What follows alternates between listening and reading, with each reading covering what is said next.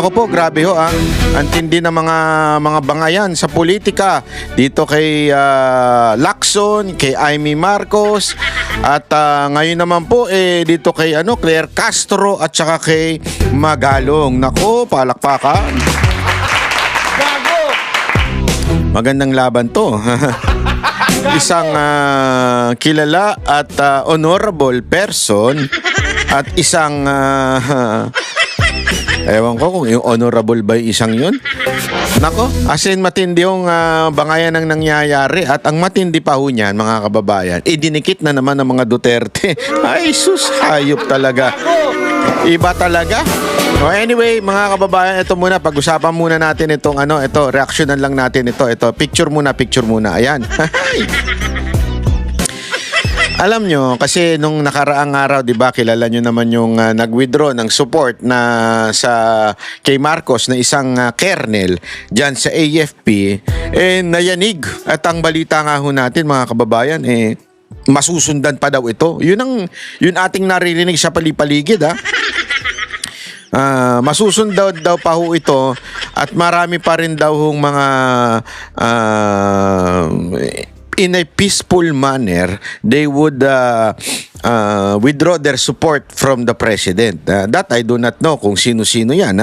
Naririnig natin yan sa mga bali-balita, napapanood natin sa mga social media, na meron pa nga daw mga lalabas pang bayani na masasabi natin dahil naninindigan na tama na, it's enough. Hindi na ho, bakit to kanyo? Kasi number one, yung issue ng lumalakas ang NPA sa administrasyon ni Marcos, yan ay kinagagalit ng mga kasundaluhan dahil tandaan ninyo, mga ito ay may malalim na laban sa mga NPA dahil sila po ay namatayan ng mga kaibigan, kamag-anak, at yan nga ho yung kanilang nakikita ngayon ay ang pagkakasundo nito ni BBM at yung mga supporter ng NPA na kasamahan nila sa Kamara. Ayaw ho, hindi ho gusto ng mga militaryan. At yan po ang isa daw sa dahilan ng mga pag-aaklas. Ay, hindi naman pag-aaklas. Pag-withdraw. Mali ang term kong pag-aaklas. Pag-withdraw ng ilang nasa military. Yan ho, ikwento ho sa atin ng ilang mga kakilala ho natin. Hindi ho natin alam, hindi ho tayo nakikipag-ugnayan sa kanila. Hindi ho natin, ito, para lamang po, disclaimer lang ho, wala ho tayong personal knowledge dyan. Pero may naririnig po tayong mga kwento-kwentuhan. Dahil po dyan, napareact na po ang ewan ko kung masasabi ba natin pinakapangit o walang kwentang tao sa larangan ng political commentator. Ito ho si attorney ba ito? Paano nangyaring attorney ito? Totoo ba ito? Baka naman fake news to.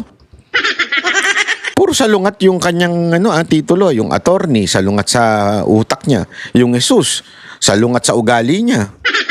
Sabi nga ni paring Jack, ni Sir Jack. Sabi nga niya, isama natin banitero, sabi ba naman niya. Wala namang baklang Jesus. Sa bagay, tama siya doon, di ba? Pero ito ang Jesus na, ba't kaya pinangalan ng nanay niya dyan sa kanya, no? Ang sagwa. Pwede bang bawiin? Dapat hindi pinapayagan yung mga ganyan na yan ay papangalan mo. Mantakin mo, halimbawa lang, hindi ka kapanalig ng mga Kristiyano.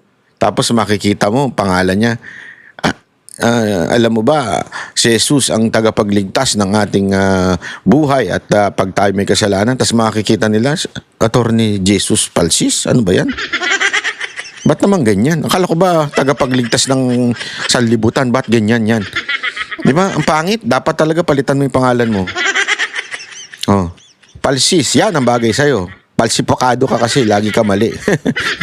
Sabi niya, tandaan nyo mga AFP and PNP na nagbabalak mag-withdraw ng support. Kuha nyo man ang suporta ng mga DDS pero hanggang online lang sila. Naku. Gago! Mas marami kami na totoong tao na hindi susuporta sa pagpapatalsik kay BBM para lang umupo si Sara Duterte. Gago! Mas madami daw sila. Pero wala naman siyang naipanalong kandidato. Wala naman nanalo sa mga pinklawan. Wala namang nanalo sa mga dilawan. Di ba? Kaya, sana kung mas marami kayo, ni nanalo sana si Leni Robredo. Lagi naman siyang ulat.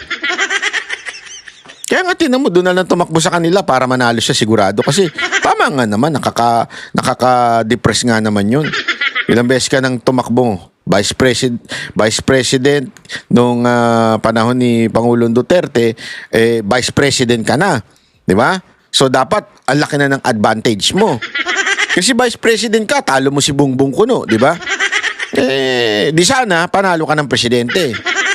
Kaya lang, sinamahan ni BP Sara Duterte, si BBM. So panalo ngayon si BBM.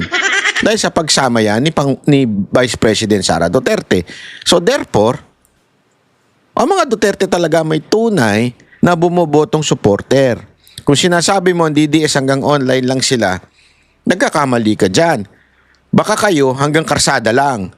Ilan lang kayo? Umabot ba kayo 1 milyon? O sabi mo na umabot kayo 1 milyon, 2 milyon sa kalsada. 2 milyon na. To be safe. Hindi pa rin kayo majority. Ilan ba boto natanggap ni Vice President Sara Duterte? Siya ang pinakamalaki. Mas malaki nga sa presidente. So, ibig lamang sabihin yan, yung pautot mo na wala namang kaming bilang, ay kalokohan. Gago! Diba? Hindi ka kayo nananalo. Yung 8 diretso nyo, 8 inodoro.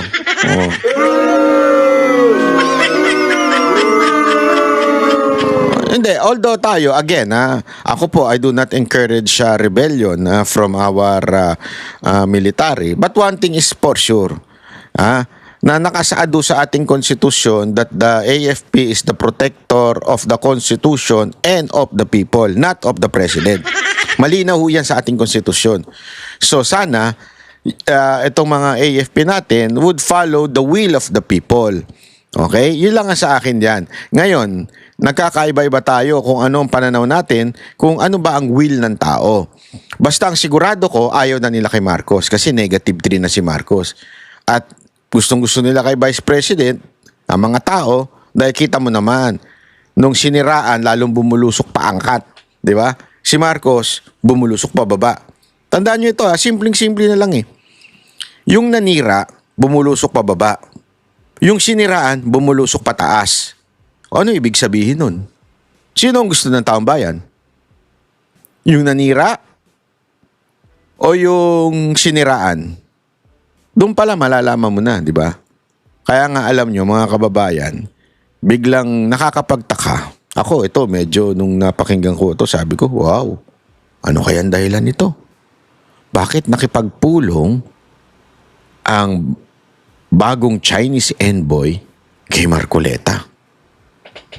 Ba may ibig sabihin yan? Tingnan nga natin. Yun po, unang-una, pinasalamatan niya ako na salamat kanya na pinaunlakan mo ako sa imbitasyon ko na magkita tayo. At ako'y natutuwa sa marami nating napag-usapan. Ayun. Nako po, nag-usap sila. Ano kaya pinag-usapan nila? Isasabihin kaya ni Marcoleta ito? Senator Marcoleta, ano ba pinag-usapan nyo?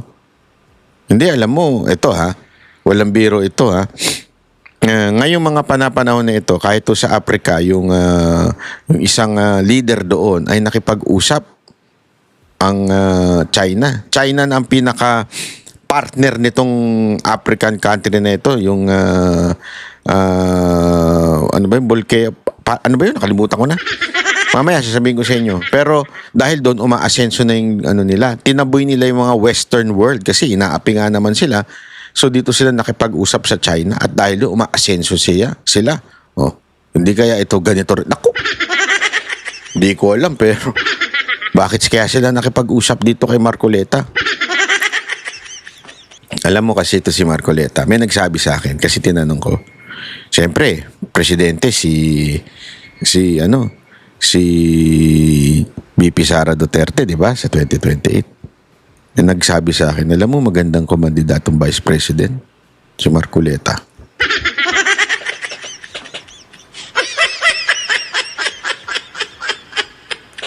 Hudyat kaya ito? Hudyat kaya ito? Na may sumusuport. Kasi alam mo, ito, whether you like it or not, malaking bagay yan. Yung suporta ng ibang bansa sa isang magiging leader. Di ba? I mean, sa lahat-lahat naman. Sa dami-dami namang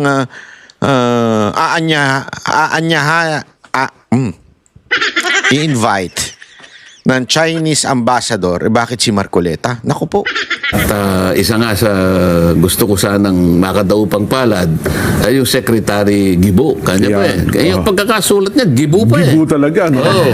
Sana isang araw makapagkapi tayong tatlo. Yan, Pag nagkita kami ni Secretary Gibo, pakikita ko sa kanya. Yun, tama, Para wala naman siyang masabi, nakala niya gawa-gawa ko, pakikita ko yung text message. Ayun na nga. Di ba? Tama po. So, nakikita mo talaga siya, gusto niya talaga na magkaroon talaga ng pag-uusap sa lahat ang dapat kausapin. Naitanong nyo ba, Sen, kay... So baka mamaya sasabihin ng mga nakikinig naman, si pro-China na naman. Ayun po. Alam po ninyo, kayo pong lahat na nag-iisip ng ganyan. Sana makita ninyo ang katwiran Tama. na kaya ko lamang po ginagawa ito. Ang tinitingnan ko po, Yung palang bansa, yung Burkina Faso, sa Africa na nakikipagtulungan na sa China. At ang kanilang presidente ayaw sa western countries na pangalan nito si Traore. Hindi Tore kapangalan lang niya. Medyo tunog lang sa kanya. Ang kanyang presidente na ngayon ay nag-take over after nung nagkaroon ng coup sa kanila. At yun ay ang ganda ng pamamahala, tuloy-tuloy. At ngayon talaga namang nakikipagtulungan sa China. Kasi sa China, walang problema. Hindi kami makikialam sa inyo. Basta kami lang gawa yung tren.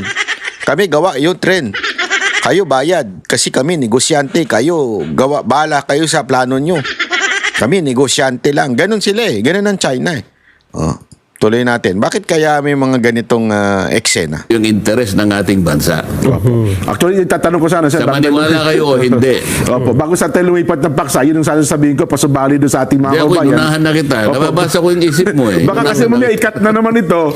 Ikat. At pagkatapos, nakita nyo na yung tatlo yan sa pero sa palagay ko, wala na masyadong maniniwala sa mga yan. Ayaw. Buti na lang. Kasi akala. Tama ka dyan, Senator Marcoleta. Wala na maniniwala sa mga pinglawan-dilawan at saka higit sa lahat yung mga tuta ng Amerika na mga nasa gobyerno. Bakit? Kinakailangan ba nating makipag-away? Yan. Ang sabi nga niya, alam mo, I do not believe that negotiations should be a zero-sum game. Tama naman opo. Lahat, wala dapat nawawalan. Dapat lahat nakikinabang. Yun ang balanse na pakikipag-usap. Yun pala ang zero-sum game. Ang ibig sabihin. Hindi man naitanong, Sen, bakit kayo ang gusto... Sa lahat ng mga magbabatas. Lahat ng senador. Pero namang Senate Committee on Foreign Affairs. Ikaw naman, ba't mo naman itatanong ka naman yun? Ito naman, baka naman isip-isip, ito naman taong ito, inimbita ko na nga Tinatanong mo pa. Tinatanong mo, ba't hindi ko pa inimbita yung iba? Huwag naman yung ganun ka. Di sa inyo na namin tinanong. Sa tingin nyo, bakit kaya kayong napili na makausap, Sen? Abay, malay ko. Isang araw, imbitahan natin yung ambassador ng China. Opo. Bakit? Sa dami-dami Malay mo naman, na baka naman inimbita rin. Sa listahan mo, wala pa. Wala pa Wala pa Kaya nga, Wala pang lawmakers, Wala One month pa lang naman siya. Opo. Malay mo naman, sa susunod na mga buwan, maisip naman niyang... Ang speaker naman siguro. hulaan ko na, Sen, kung bakit kayo ang inimitahan.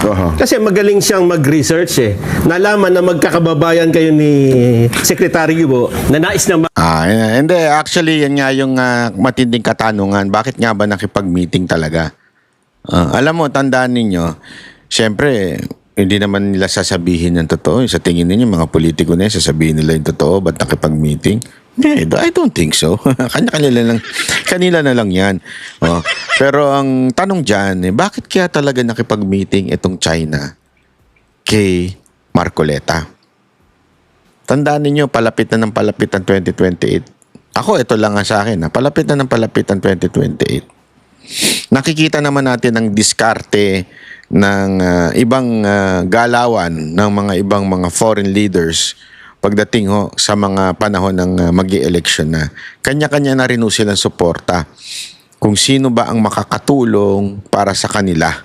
Tandaan ninyo, lahat naman po yan ay para sa kanila. Kung makipag-usap man ng Amerika, gusto nila para sa kanila.